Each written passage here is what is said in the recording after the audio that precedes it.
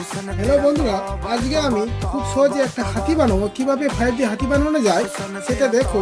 ভিডিওটি স্কিপ না করে ভিডিওটি শেষ পর্যন্ত দেখো।